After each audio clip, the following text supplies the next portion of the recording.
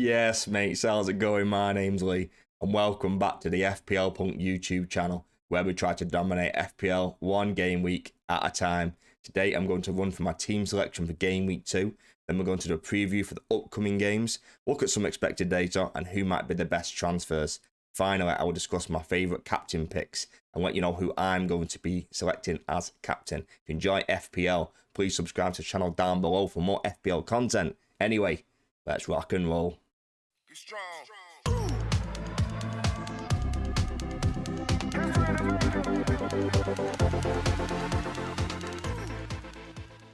Alright mates, first up we've got the goalkeeper and the defence. In net we've got Henderson from Crystal Palace away to West Ham. Not a great fixture for them, for him and Crystal Palace. I'm not particularly hopeful for a clean sheet, but this is the goalkeeper I've selected. This is the one I'm going to stick with until I eventually make a goalkeeper transfer, which probably won't be anytime soon. I have got his sub on the bench in Remy Matthews, so if anything happened to Henderson, I've always got Matthews to come in there and take his place. In defence, I've got Trent at home to Brentford. Great game, played really well against Ipswich, was probably one of their best players in my opinion. I thought he was great. I'm expecting more of the same. Liverpool, very, very good home team. Don't know how they're going to play fully under slot, so it'd be interesting to see. I am relatively hopeful of a clean sheet, but we all know we get Trent for those attacking returns. Gabriel away to Villa. This is a really tough game on paper, but Villa didn't play particularly well against West Ham. That game could have gone either way. And with Ollie Watkins blanking, not firing all cylinders, I still think Ollie Watkins is a great option. Maybe not this week against Arsenal, but for future weeks, I think he's going to be a great option. I'm a little bit more hopeful than I was going into the season that Arsenal might be able to keep a clean sheet away to Villa. Last season, they did keep more of away clean sheets than they did home. Whether it's something that Arsenal do where they tighten up, shut up shop, when they do go away from home, try and limit the chances, maybe try and nick it 1 or 2-0, that might be something to do. So I am more hopeful than I was heading into this game that Arsenal might be able to keep a clean sheet. So I'm 100% going to start Gabriel. Pedro Porro, he is currently yellow flagged. He did pick up a small injury, an ankle sprain. In the last game is at home to Everton. This is a great game. This is one of the reasons why I picked him for that West Ham and Everton double up. It'll be a real shame if he doesn't play in this game. If he was ruled out, I would be tempted to bring somebody in, and I'll look at some kind of expected data once I've run through my team to kind of show you the players that I might be looking at, the teams that I might be looking at moving forward. But that's my goalkeeper and the defence. I've got Leif Davis on the bench. This was always the plan to bench him in these first 2 games, and Ipswich have got quite a nice one after this.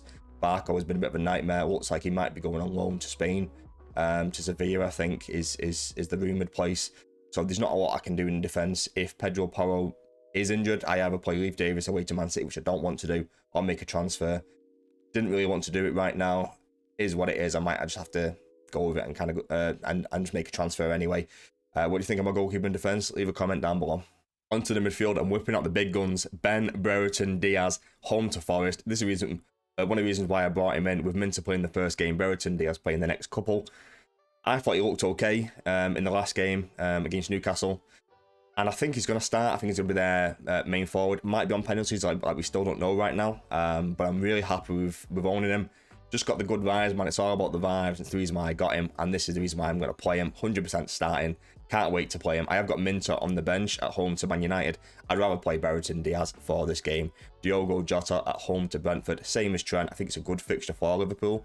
Being at home, Jota put up some quite impressive numbers. In the last game, he got an XG of nearly 1. Did miss one big chance, but then came back and scored again. I expect more of the same. I think he's a great short-term option. As long as Darwin and Gakpo are building up fitness, I think Jota will continue to get minutes. I think even when they do come back, Jota might go out wide, and I think they'll just rotate minutes all throughout the season. I think Salah's the only one that is nailed, and that's one of the big things that I obviously don't have. I obviously don't own Salah. I've got no intention to bring Salah in this week. I think he's a great option. If you've got him, play him. I think he's a solid captaincy option as well, and we'll cover captaincy later on in the video. Saka away to Villa, same as Gabriel. I didn't like the fixture at the beginning of the season, but kind of seeing how the way they played, like seeing the way that Arsenal played, grinding out the result with Saka getting involved in the goals and getting an assist as well. So I think this is a better game than I thought it was going to be, and I'm more than happy playing Saka in this game.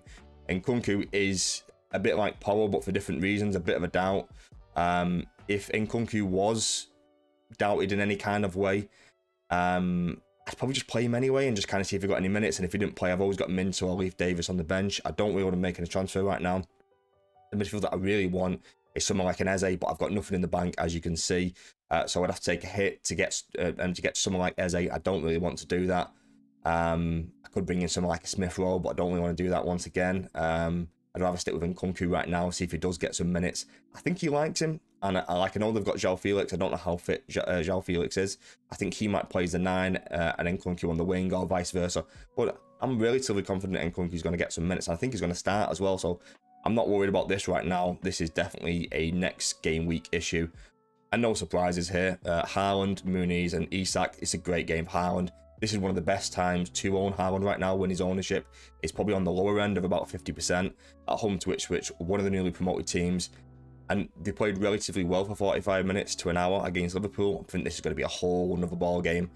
Going to the Etihad, I think City are going to absolutely rip them apart. I think they're going to demolish them. They've never come up against a team like this before. That's just going to overwhelm them. It's like a machine that's just going to go through the motions. And I think they're just going to absolutely destroy them. Major, like high up on the list for captaincy is Haaland. Muniz at home to Leicester. This is one of the reasons why I brought him in. This is the reason why I started with him. He had Man United in the first game, which I thought he might be able to return in because I didn't think we were defending that well. But Fulham, I've now got a nice little run, and it starts with Leicester. I thought Leicester played okay against Spurs the other day, but as soon as they scored, the game just kind of evened out. Up until Leicester, when they were getting beat 1-0, they were just all over the place.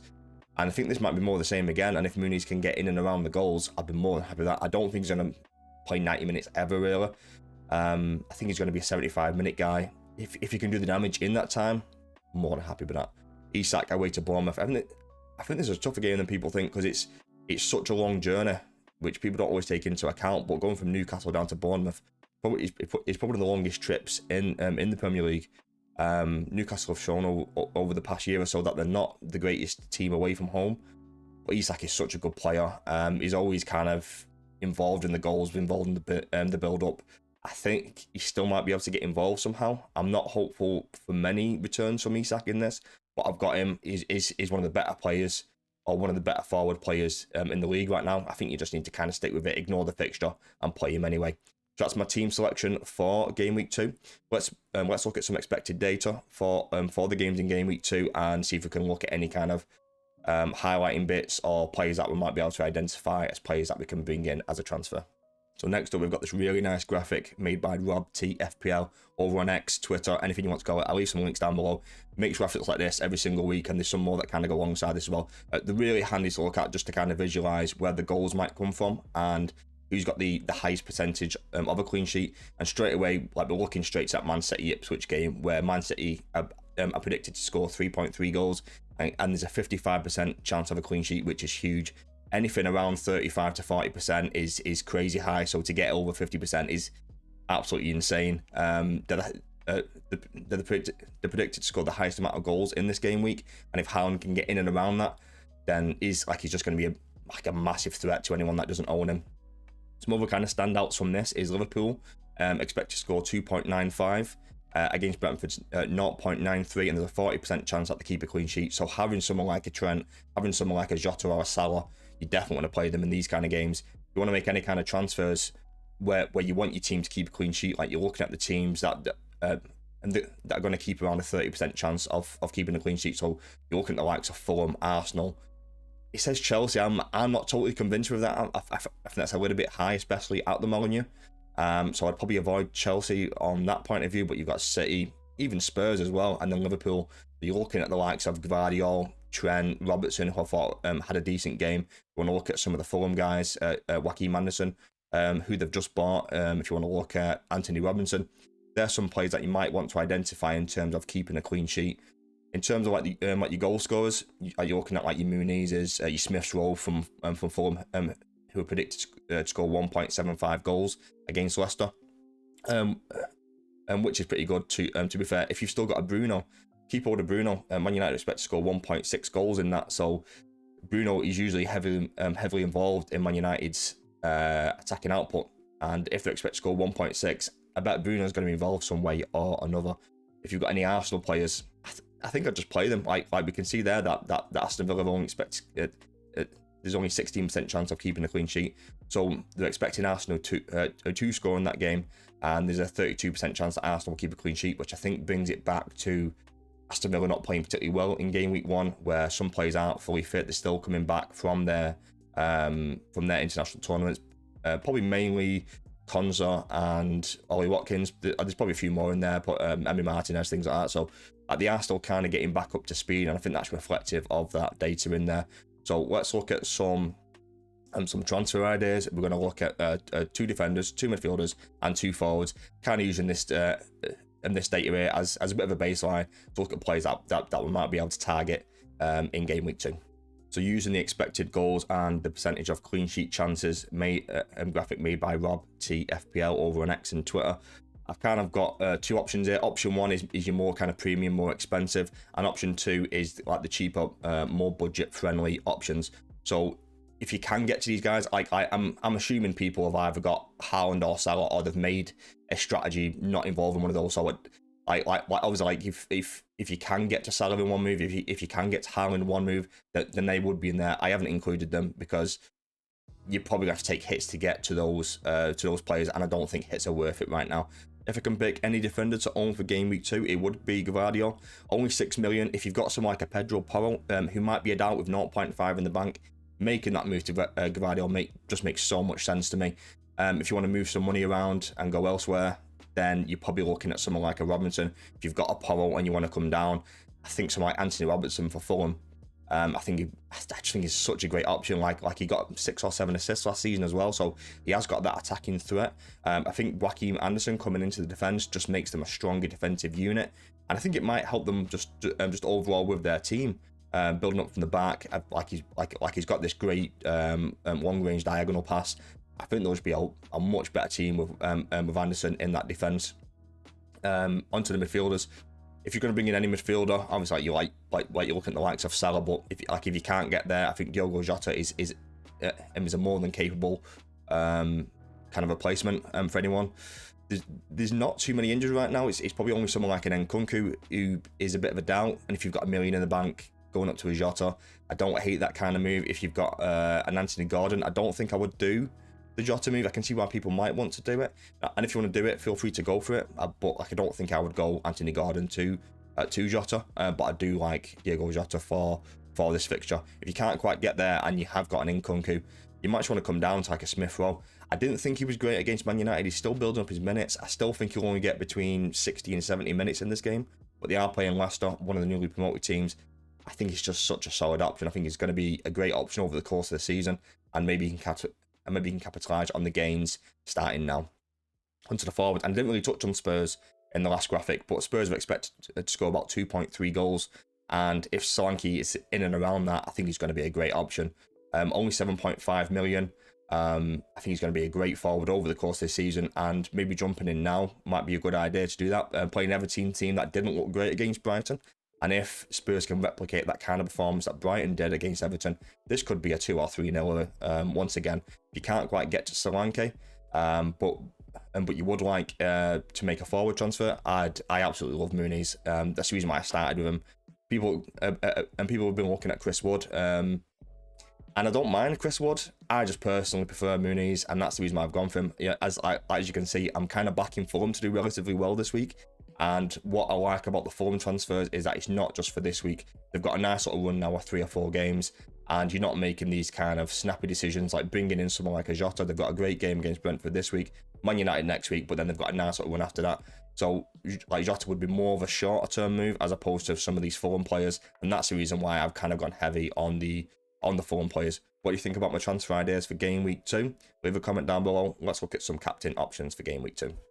And mates, next up, we have to talk about captaincy for game week 2. And I've highlighted a few plays here. Haaland at home to Ipswich, 8.7 points predicted in that game. Salah predicted to get 8 points at home to Brentford. And I have selected Solanke as well at home to Everton.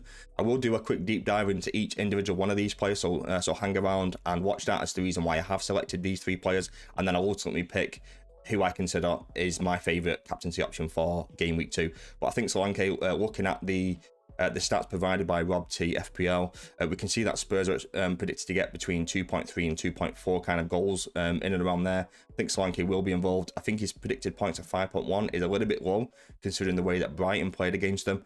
And if Solanke can get in and around those attacking output and those attacking threats and get involved in the goals and the shots, I think there's every chance that Solanke might come out of this with a bit of a mega haul, not going to lie. So let's look at a deep dive into looking at Haaland, Salah and Solanke individually as captaincy options. The first captaincy option is Erling Haaland, Man City forward, 15 million, only 52.9% owned, which is obviously big, but it's nothing compared to what it was last season. I've got some stats on the left-hand side of the page. And in his previous 2 seasons, in his first 5 games, in the 23-24, so last season, his first 5 games, he got 7 goals and 1 assist. The season before, when he first came into the league, in his first 5 games, Haaland got 9 goals and 1 assist. He got 10 returns in 5 games. And this is just to highlight that Haaland is a fast starter. Like, he doesn't usually hang around. He got 1 goal against Chelsea. I think he'll get a couple goals in this one, and he'll continue the trend of always starting fast. I have the graphic down below is just a little chart just kind of highlighting Haaland's shots, big chances in XG per 90 over the last 3 seasons. So the blue line is 2 seasons ago when he first came into the league, so 22-23. The orange one is last season, so 23-24. And then the grey one is this season. And there's only been 1 game, but it's just to highlight how low he was compared to his averages. And then the yellow one is Jota versus Ipswich. So from this season, Jota's last game, and we can see that Jota performed relatively close to how Haaland performs in his last 2 seasons. And Haaland this season was very much down in terms of his shots. So he had about 50% less shots, 50% less big chances, and his XG was down at about 0.33. I felt including Jota was the best comparison I could do up against Ipswich, playing as that number 9.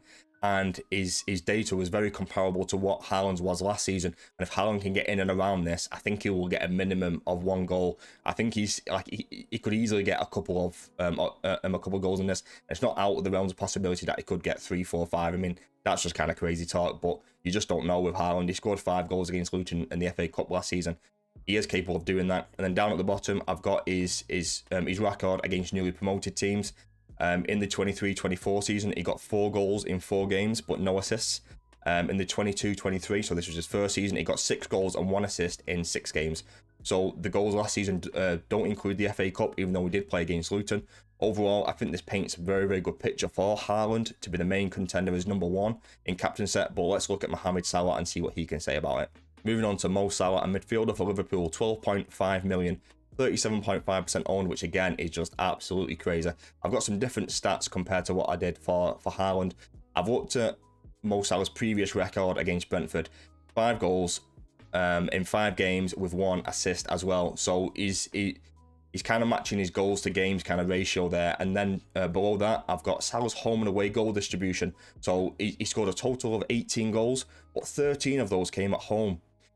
He only played 16 home games last season. He got 13 goals and 3 assists. So he returned in every single home game. This just paints such a good picture for Salah.